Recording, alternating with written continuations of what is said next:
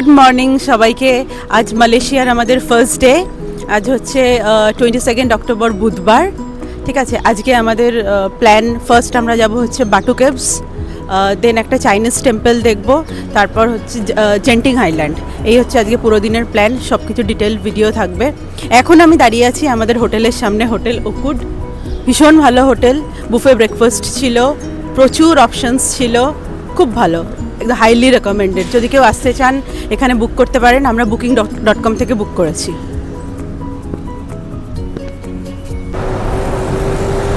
আচ্ছা, এখন আমি দাঁড়িয়ে আছি হচ্ছে বারজায়া টাইম স্কোয়ারের সামনে। এইটা হচ্ছে বারজায়া টাইম স্কোয়ার। এখানে একটা স্টারবাকস আছে, এটাই আমাদের আজকের পিক আপ পয়েন্ট। বেসিক্যালি আজকের ট্রিপটা আমরা ক্লুকের থ্রু দিয়ে করছি। ফার্স্ট এখানে বাস আসবে, যাব ফার্স্ট ডেস্টিনেশন হচ্ছে বাটু কেভস। আর এখানেই দেখতে পাচ্ছেন এটা আর কি মেন টাইম স্কোয়ার। এটা যেমন নিউ ইয়র্কের টাইম স্কোয়ার, যেমন বারজায়া টাইম স্কোয়ার এটা খুবই পপুলার একটা ডেস্টিনেশন। এটা হচ্ছে বারজায়া টাইম স্কোয়ারের বিল্ডিংটা। এই দিকে দেখতে পাচ্ছেন মেলিয়া কুয়ালালামপুর, এখানে আছে মেনারা ক্রসওয়ে, আর এদিকে একটা মেট্রো স্টেশন আছে।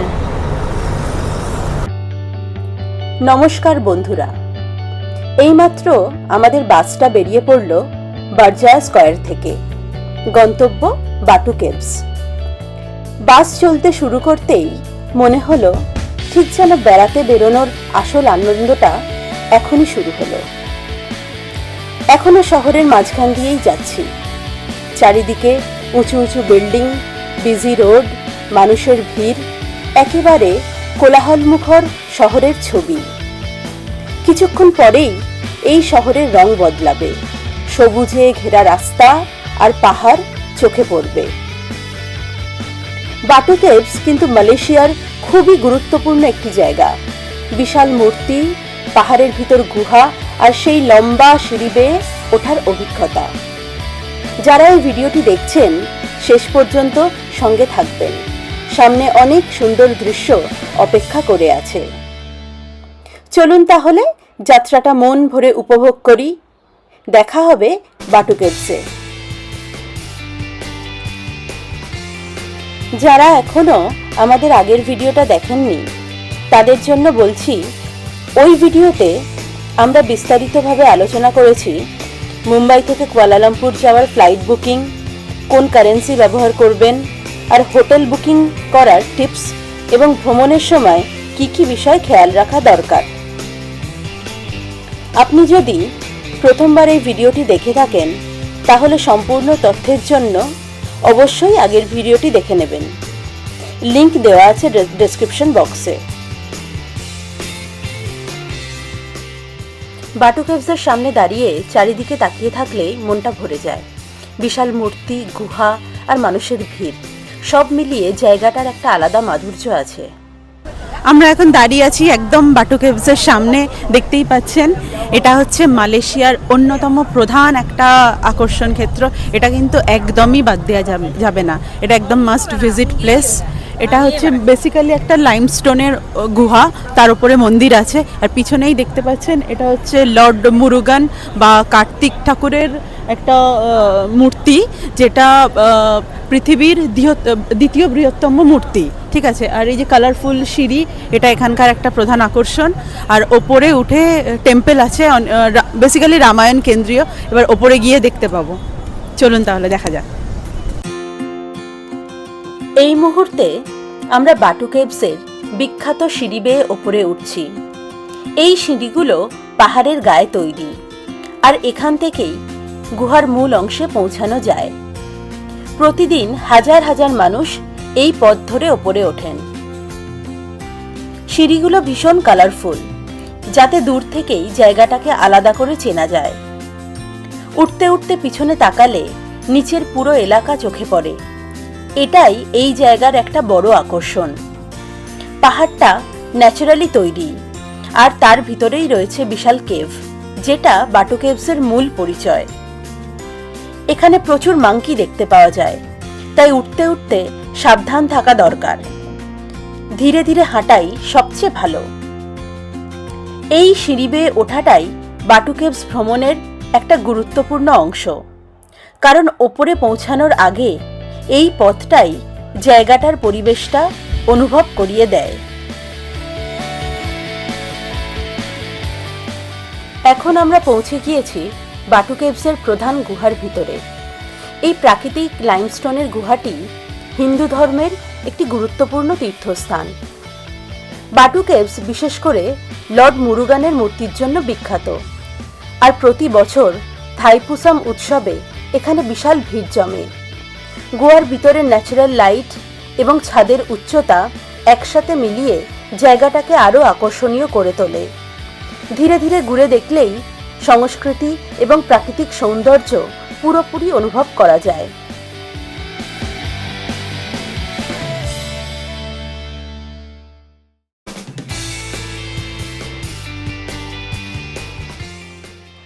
এখন আমরা দাঁড়িয়ে আছি বাটু কেভসের মন্দিরের সামনে।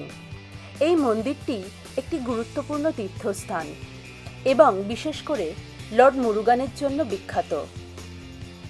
মন্দিরের স্ট্রাকচার খুবই সুন্দর, প্রতিটা রং আর ভাস্কর্য এখানে সংস্কৃতির পরিচয় বহন করে। মন্দিরের চারপাশে ভক্তদের উপস্থিতি, প্রার্থনা আর বিশ্বাস সব মিলেমিশে এক সুন্দর পরিবেশ সৃষ্টি করে। বাটু কেভস শুধু দর্শনীয় স্থান নয়, এটি ইতিহাস এবং প্রাকৃতিক সৌন্দর্যের এক অসাধারণ মিলনস্থল।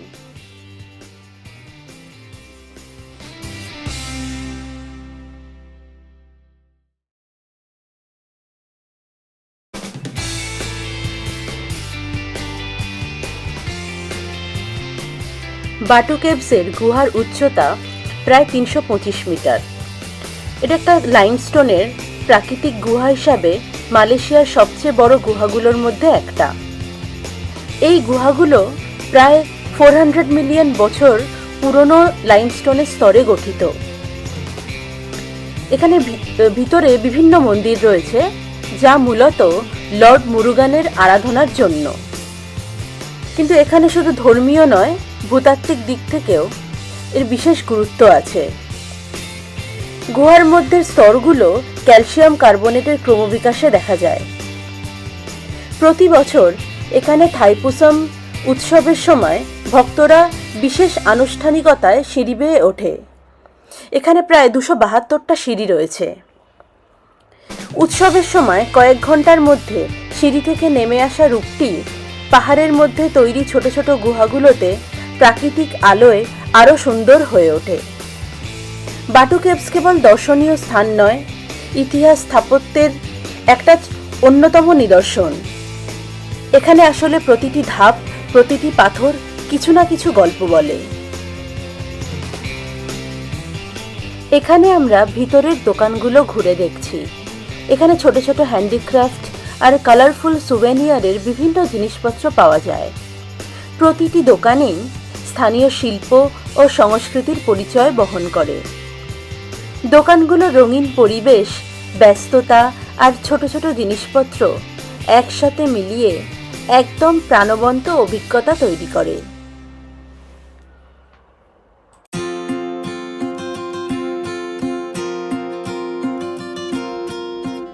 এখন আমরা বাটু কেভসের বাইরে একটু দূরে দাঁড়িয়ে পুরো দৃশ্য দেখছি।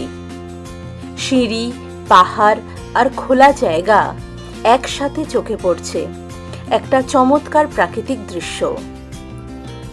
দূর থেকে লক্ষ্য করলে বোঝা যায় চারপাশের দোকান, রঙিন সামগ্রী এবং মানুষের চলাচল মিলে পুরো এলাকা একটা সামাজিক ও সাংস্কৃতিক প্রাণকেন্দ্র তৈরি হয়েছে। এই জায়গার স্থাপত্য, প্রাকৃতিক সৌন্দর্য এবং প্রাণবন্ত পরিবেশ একসাথে মিলিয়ে দর্শককে এক অনন্য অভিজ্ঞতা দেয়। আমরা চলেছি বাটু কেভস থেকে আভানা স্টেশনের পথে। আমাদের এই যাত্রার জন্য ক্লুক থেকে টিকিট বুক করেছি, যেখানে পুরো আইটিনারির মধ্যে বেশ কিছু আকর্ষণীয় অভিজ্ঞতা রয়েছে। সবথেকে প্রথমে আমরা গন্ডোলা রাইডের মাধ্যমে পাহাড়ের উপরে পৌঁছব, যা দেখার মতো এক অসাধারণ দৃশ্য প্রদান করে। তারপর পৌঁছে গেন্টিং হাইল্যান্ডের পুরো এলাকা ঘুরে দেখব। সেখানে দেখার মতো অনেক কিছু রয়েছে, শপিং, দর্শনীয় স্থান আর পাহাড়ের অপূর্ব সৌন্দর্য। ফেরার পথে আবার পাহাড় থেকে নামার সময় চিনসুই টেম্পলের কাছে থামব, যেখানে আমরা এখানকার অনন্য পরিবেশ এবং দর্শনীয় স্থানগুলো ঘুরে দেখব। এই পুরো যাত্রার অভিজ্ঞতা ক্লুকের মাধ্যমে অতি সহজভাবে এবং সুবিধাজনকভাবে সম্পন্ন হয়েছে। সারাদিনের এই যাত্রা কেবল দর্শন নয়, বরং পাহাড়ের সৌন্দর্য, গন্ডোলা রাইড এবং বিভিন্ন আকর্ষণ একসাথে উপভোগের এক সম্পূর্ণ অভিজ্ঞতা।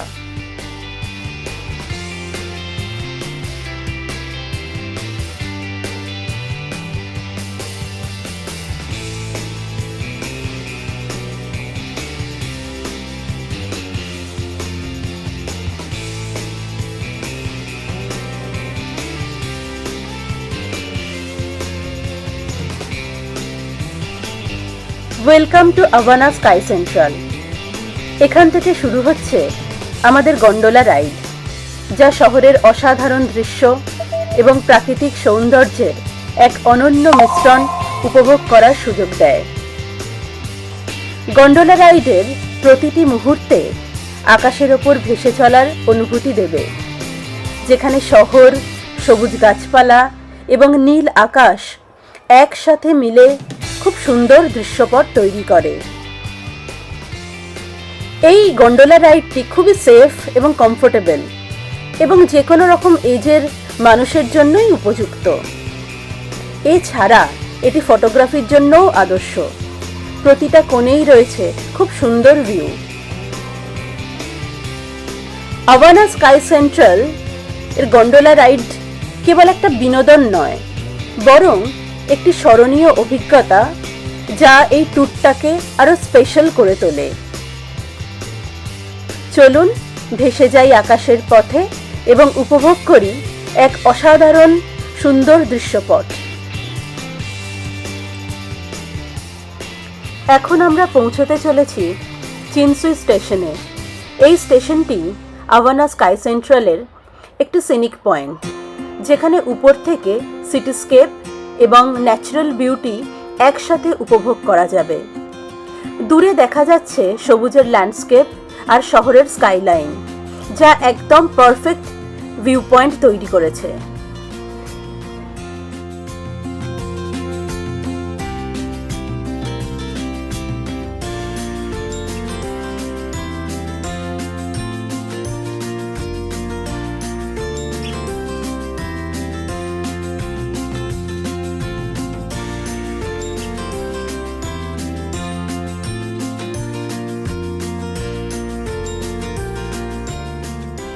আমরা এখন শুরু করছি চিনসুই টেম্পল স্টেশন থেকে গেন্টিং হাইল্যান্ডের দিকে।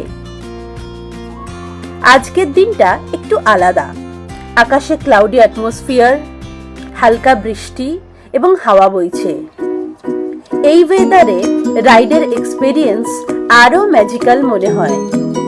হাওয়া একটু বেশি আর টেম্পারেচার কিছুটা কোল্ডার, তাই উইন্টার ক্লোদিং অবশ্যই রাখতে হবে। উঁচুতে ওঠার সঙ্গে সঙ্গে সিটি ভিউগুলো ছোট ছোট ডটের মতো দেখাচ্ছে। নীল আকাশ আর সবুজ পাহাড়ের মাঝে হালকা মেঘের ছোঁয়া সবকিছুকে আরো ড্রিমি সিনারিতে রূপান্তর করেছে। গন্ডোলা রাইড আস্তে আস্তে এগোচ্ছে আর বৃষ্টির টিপ টিপ শব্দ কানে আসছে, যা এই রাইডটিকে আরো সুন্দর এবং পিসফুল করে তুলেছে।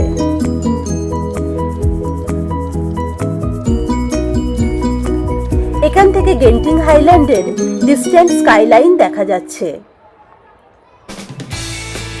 এই রাইডটি শুধু সাইট সিন নয়, এটি নেচারের সঙ্গে এক ইন্টিমেট কানেকশন।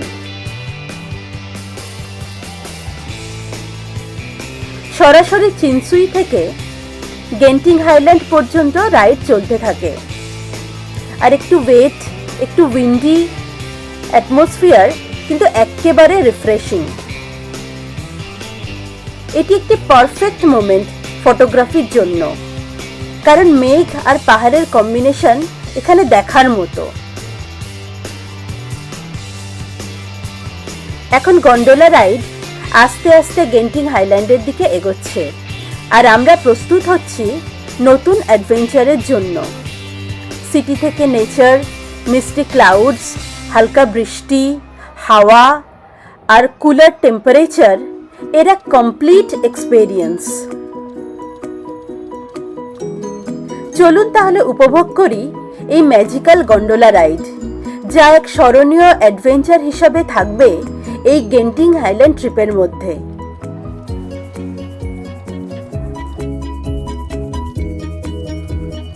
গেন্টিং হাইল্যান্ড এবং চিনসুই টেম্পলের ভ্রমণের টিকিট বুক করা এখন খুবই সহজ।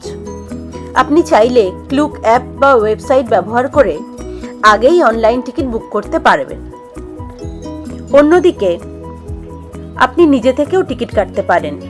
কুয়ালালামপুর থেকে গেন্টিং হাইল্যান্ড যাওয়ার পথে আওয়ানা স্কাইওয়ে স্টেশনের কাউন্টার থেকে কেবল কারের টিকিট পাওয়া যায়। সেখান থেকে কেবল কারে উঠে খুব সহজেই চিনসুই টেম্পল এবং গেন্টিং হাইল্যান্ডে পৌঁছানো যায়। তবে সময় বাঁচাতে এবং ভিড় এড়াতে আগেই ক্লুকের মাধ্যমে টিকিট বুক করা সবচেয়ে সুবিধাজনক।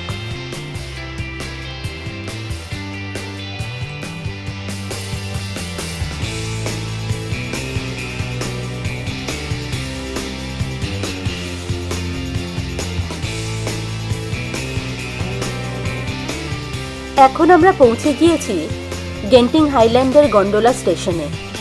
এখান থেকে গেন্টিং হাইল্যান্ডের বিভিন্ন অ্যাট্রাকশন উপভোগ করা যাবে। এখানে চাইলে শপিং, ডাইনিং বা সিনিং ওয়াক করতে পারেন। এছাড়া নিয়ারবাই রাইডস এবং এন্টারটেনমেন্ট জোনস এক্সপ্লোর করা যাবে।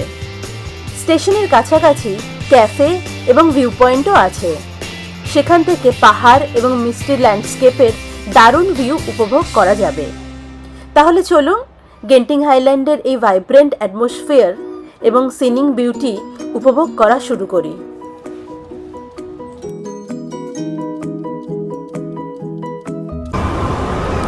এখন আমরা দাঁড়িয়ে আছি গেন্টিং হাইল্যান্ডের 4th লেভেলে। আওয়ানা স্কাইওয়ে থেকে গেন্টিং হাইল্যান্ড যে এলাম আমরা, এটা হচ্ছে বেসিক্যালি গন্ডোলা রাইডে করে। তো এই এক্সপিরিয়েন্সটা মানে বলে বোঝানো যাবে না, দারুণ থ্রিলিং এক্সপিরিয়েন্স। মানে পুরো মেঘের ওপর দিয়ে এলাম, মানে ভীষণই সুন্দর, এটা অবশ্যই আসতে হবে। আর এই গেন্টিং আইল্যান্ডটা বেসিক্যালি একটা theme park, indoor theme park. এখন আমরা এটা ঘুরে দেখব, এক্সপ্লোর করব। আর এর সেকেন্ড লেভেলে আছে একটা চিনসুই টেম্পল, চাইনিজ টেম্পল, ওটা আমরা রিটার্নের টাইম ভিজিট করব। Welcome to Genting highland theme পার্কে। এখান থেকে শুরু হচ্ছে এক অসাধারণ অ্যাডভেঞ্চার, যেখানে এক্সাইটমেন্ট এবং আনন্দ একসাথে উপভোগ করা সম্ভব। গেটে এন্ট্রির সঙ্গে সঙ্গে লাইভলি অ্যাটমসফিয়ার এবং কালারফুল ডেকোরেশনস নজর কাড়ে।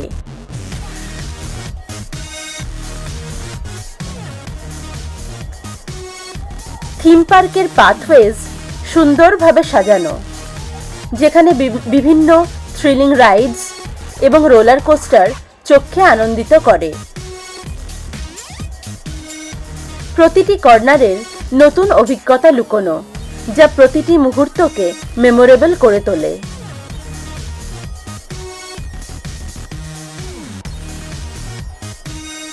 হাই স্পিড রাইডস এবং ফ্যামিলি ফ্রেন্ডলি অ্যাট্রাকশনস এক্সপ্লোর করার সুযোগ রয়েছে। আর যারা কিছু রিল্যাক্সড এক্সপেরিয়েন্স চান, তারা সিনিং ভিউ পয়েন্টস এবং ফান জোনসে গিয়ে সময় কাটাতে পারেন। এই থিম পার্কের ক্লিন ফ্যাসিলিটিস এবং ওয়েল মেইনটেইনড রাইডস এই এক্সপেরিয়েন্সকে আরও এনজয়েবল করে তোলে।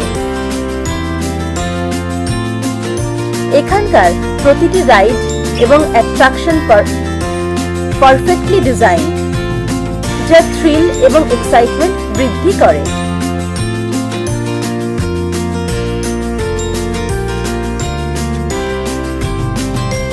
গেন্টিং হাইল্যান্ড থিম পার্ক কেবল রাইডের জন্য নয়, বরং একটি কমপ্লিট অ্যাডভেঞ্চার এক্সপেরিয়েন্স।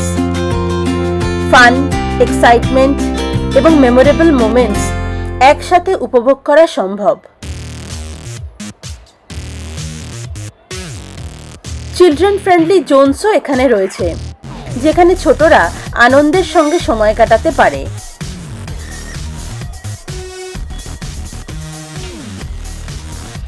তাহলে চলুন ভাইব্রেন্ট, এনার্জেটিক এবং থ্রিলিং ওয়ার্ল্ড এক্সপ্লোর করা শুরু করা যাক।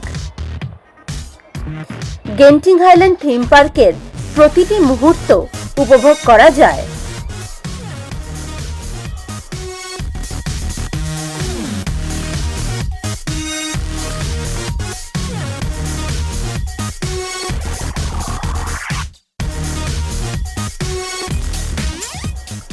সকল রাইডস, সিনিং ভিউ পয়েন্টস এবং অ্যাডভেঞ্চার জোনস একত্রে গেন্টিং হাইল্যান্ড থিম পার্ককে একটি কমপ্লিট এন্টারটেইনমেন্ট ডেস্টিনেশন বানিয়েছে।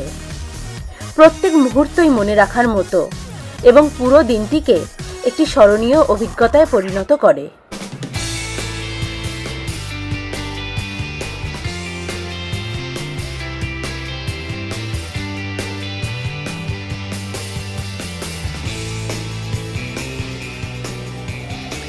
গেন্টিং হাইল্যান্ডস শুধু একটি পাহাড়ি রিসর্ট নয়, এর পিছনে আছে এক অনুপ্রেরণাদায়ক গল্প। সমুদ্রপৃষ্ঠ থেকে প্রায় 1800 মিটার উঁচুতে অবস্থিত এই স্থানটি গড়ে তুলেছিলেন মালয়েশিয়ান উদ্যোক্তা লিম গো টং, যিনি জঙ্গল কেটে পাহাড়ের চূড়ায় এই স্বপ্নের শহর বানান। আধুনিক রিসর্ট, বিনোদন পার্ক আর বিলাসবহুল ক্যাসিনোর জন্য গেন্টিং হাইল্যান্ডস সারা বিশ্বে পরিচিত। গেন্টিং হাইল্যান্ডের কেবল কার দক্ষিণ পূর্ব এশিয়ার সবচেয়ে দীর্ঘতম রুটগুলোর মধ্যে একটি, যা ভ্রমণকারীদের মেঘের ভিতর দিয়ে নিয়ে যায়। আধুনিক বিনোদন আর প্রাকৃতিক বৈচিত্র্যের এই অনন্য সংমিশ্রণই গেন্টিং হাইল্যান্ডসকে সত্যিই স্পেশাল করে তোলে।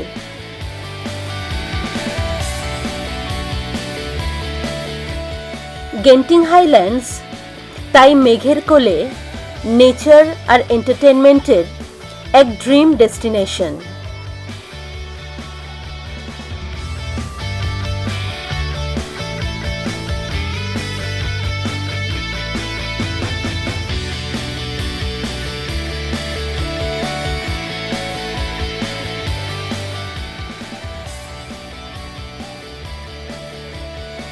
এখন গন্ডোলা রাইড শুরু হচ্ছে গেন্টিং হাইল্যান্ড স্টেশন থেকে।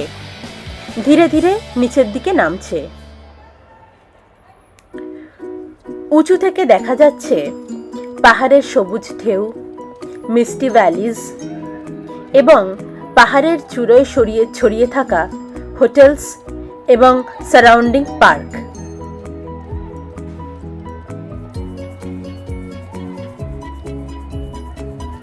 নিচের দিকে নামার সঙ্গে সঙ্গে পাথওয়েজ, সিনিং এরিয়াস এবং হোটেল কমপ্লেক্সও আরও স্পষ্টভাবে দেখা যাচ্ছে, যা ল্যান্ডস্কেপকে মনোমুগ্ধকর করে তোলে।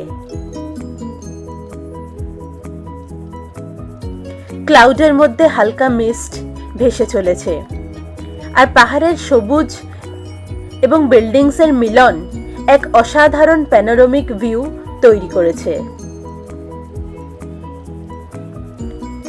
রাইডটি চলতে চলতে হরাইজন থেকে সিটি লাইটস পর্যন্ত চোখে পড়ে, পুরো অভিজ্ঞতাটিকে এক সুন্দর, মেমোরেবল সিনিং জার্নিতে রূপান্তরিত করেছে।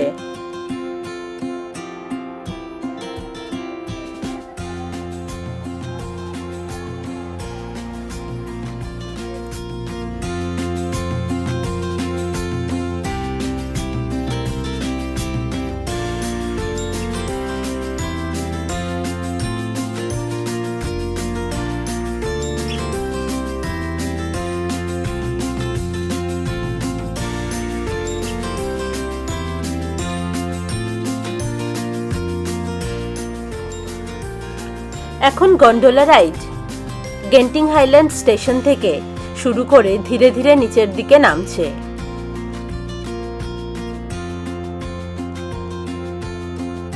উঁচু থেকে পাহাড়ের সবুজ ঢেউ, মিষ্টি ভ্যালিজ এবং ঘন মেঘের মাঝে হালকা বৃষ্টি দেখা যাচ্ছে।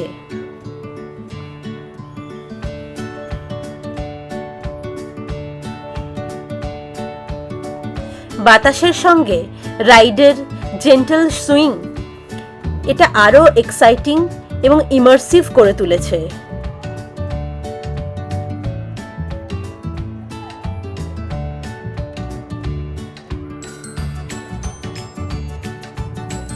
হালকা ড্রিজল এবং মিস্ট পুরো ল্যান্ডস্কেপকে এক ড্রিমি সুন্দর অভিজ্ঞতায় পরিণত করেছে। রাইড চলতে চলতে চোখে পড়ে হরাইজন, পাহাড়ের রিজ এবং মিস্ট কভার্ড ভ্যালিজ, যা এক অসাধারণ সুন্দর থ্রিলিং এক্সপেরিয়েন্স তৈরি করে।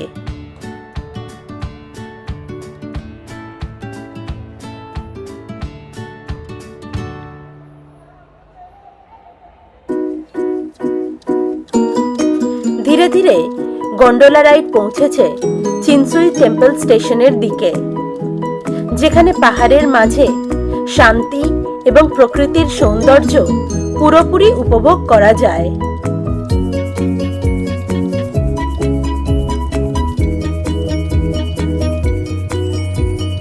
ক্লাউডি, মিস্টি এবং লাইট রেনের কম্বিনেশন পুরো রাইডটিকে মনে রাখার মতো অভিজ্ঞতায় পরিণত করেছে।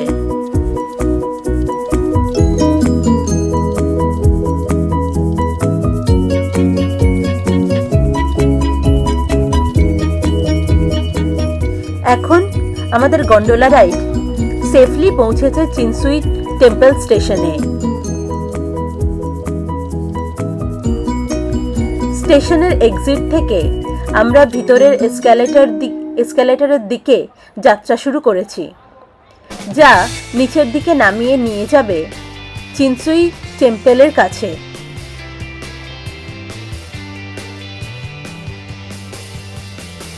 এসক্যালেটরে ধীরে ধীরে নিচে নামার সঙ্গে সঙ্গে টেম্পলের ইমপ্রেসিভ স্ট্রাকচার ধীরে ধীরে কাছে আসতে শুরু করে।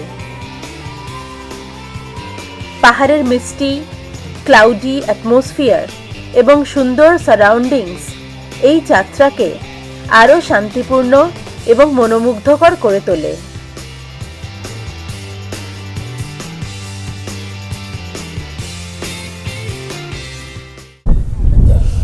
এখন আমরা দাঁড়িয়ে আছি চিনসুই কেভ টেম্পলের সামনে। এই হচ্ছে একটা চাইনিজ টেম্পল।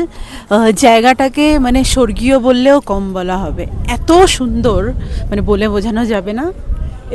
এখানে হচ্ছে এটা একটা 9তলা প্যাগোডা, ঠিক আছে, আর আশপাশে সব চাইনিজ বিভিন্ন দেবদেবী রয়েছে। পুরো চারদিকে পুরো মেঘের খেলা চলছে। আর এইখানে হচ্ছে একটা গৌতম বুদ্ধের বিশাল বড় মূর্তি আছে। আর এটা আপনারা আসতে পারেন গন্ডোলা রাইডে করে জেন্টিং হাইল্যান্ড থেকে নামার পথে ফার্স্ট স্টপেজে পড়বে, ঠিক আছে। আর ভীষণ সুন্দর পরিবেশ, মাস্ট ভিজিট প্লেস একটা।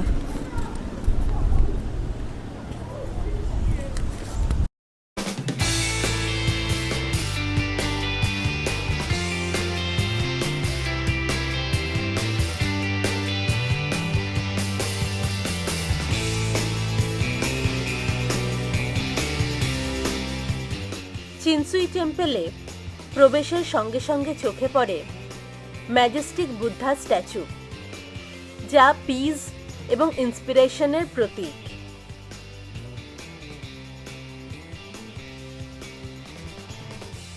টেম্পলের স্ট্রাইকিং প্যাগোডা, পাহাড়ের গ্রিন ভ্যালিজ এবং মিষ্টি ল্যান্ডস্কেপের সঙ্গে এক অসাধারণ হারমোনি তৈরি করেছে।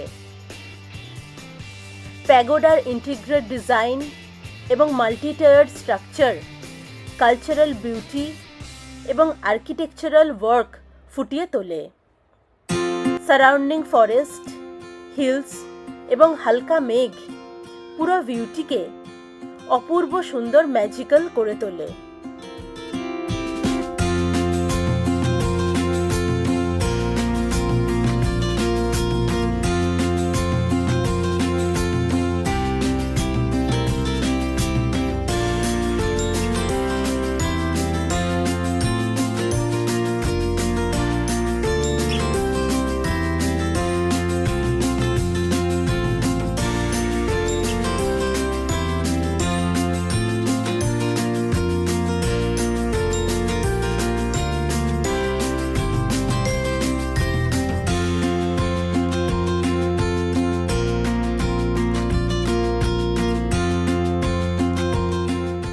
টেম্পলের পাথওয়েজ স্পিরিচুয়াল এনার্জি এবং কামনেসে ভরা, যা মনকে শান্তি প্রদান করে।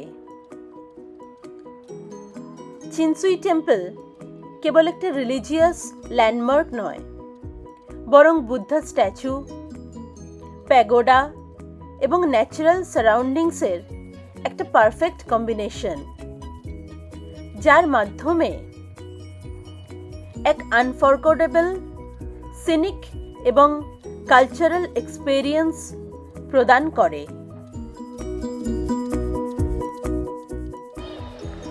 চিনসুই টেম্পলের ভিজিট শেষ করে এখন ফেরত আসা হচ্ছে আভানা স্কাই সেন্ট্রালে। এখানে বিভিন্ন কালারফুল শপস, সুভেনিয়ার স্টলস এবং লোকাল হ্যান্ডিক্রাফটসের কালেকশন চোখে পড়ে।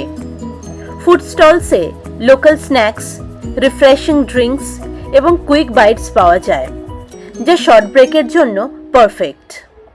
আভানাতে 7-Eleven-এর কনভেনিয়েন্স স্টোরও আছে, যেখানে সহজেই ফেভারিট স্ন্যাক্স, ড্রিঙ্কস বা ট্রাভেল এসেন্সিয়ালস পাওয়া যায়।